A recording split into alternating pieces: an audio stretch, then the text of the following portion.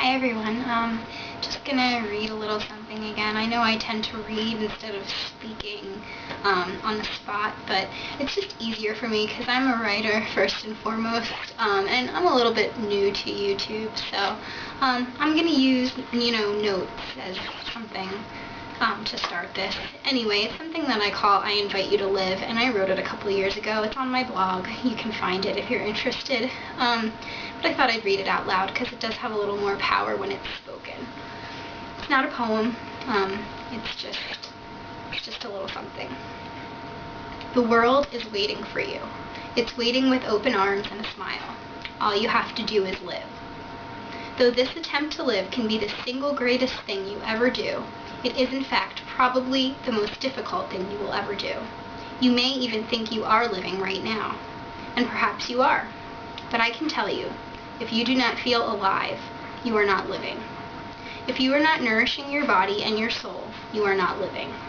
If you are not being honest with yourself, you are not living. If you are hating yourself, you are not living. If you are not breathing, you are not living. If you are weighed down by a variety of things, you are not living. If only one of these things is true, you are not living. This is not to say that living requires complete happiness every moment of every day. Living life means experiencing the bad with the good, but when the bad consistently and greatly outweighs the good, you are not living.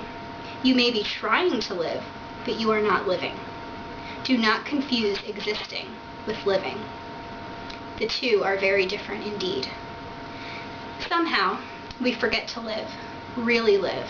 It's difficult to even pinpoint exactly how this happens, but it does, all too often. And before we know it, we are lost in the crowd, lost in the troubles, lost in the pain, lost in the life we think is a life, simply because it is a reality. Maybe no one ever told you this, but you can change your reality. I invite you to live.